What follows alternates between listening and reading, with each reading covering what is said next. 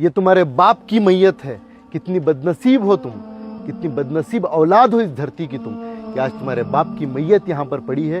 تمہیں یہاں پر آنے کی تمہیں توفیق نہیں ہے, کیونکہ اسی باپ کی وصیت ہے کہ میں مر جاؤں بیٹا, ساتھ بیٹا لے کر جا کر مجھے مدفون کر دینا, لیکن میری اولاد کو میرا چہرہ مت دکھانا.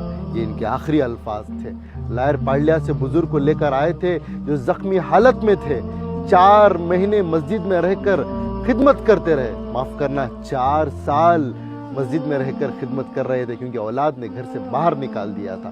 بیوی کے انتقال کے بعد میں ان کو بھی گھر سے نکال دیا.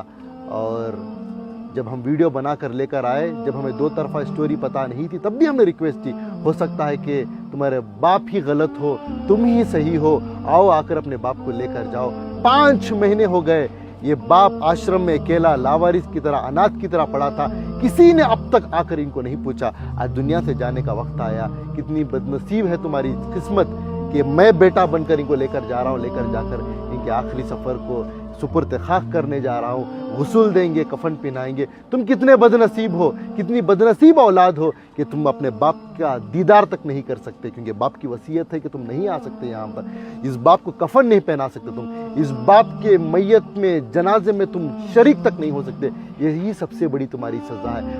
ہم بدوا دینے والوں میں سے نہیں ہیں. آج دل جل رہا ہے, پھر بھی دعا دیتا ہوں کہ تمہاری جیسی نافرمان اولاد کی اولاد کو اللہ اتنا نیک بنائے کہ وہ تمہاری فرمانبردار بنے, کیونکہ یہی وہ بزرگ کی نسل ہے, ان کے پوتا پوتی. آپ کے بچوں کو اللہ ہدایت دے, فرمانبردار بنائے. لیکن تم جیسے نالائق بچوں کو اللہ ہی حساب کتاب کرے گا. تم جیسے نالائق بچوں کو اللہ بھرپور حساب لے گا. میں تمام انسانیت سے کہنا چاہتا ہوں, اپنے ماں باپ کی قدر کریں, اپنے ماں باپ کا احترام کریں, اس باپ کی قدر کریں جس باپ نے اپنی جوانی کی ہڈیوں کی طاقت کو تمہارے جسم میں بھرا اور تمہیں جوان بناتے بناتے وہ خود بوڑھا بن گیا. اس باپ کو کبھی دھتکارنا نہیں. وہ باپ اگرچہ سورج میں جلتا ہے تو اولاد ٹھنڈی چھاؤں میں سوتی ہے. اگر اس باپ کو دھتکارو گے تو دنیا در بدر تمہیں دھتکارے گی.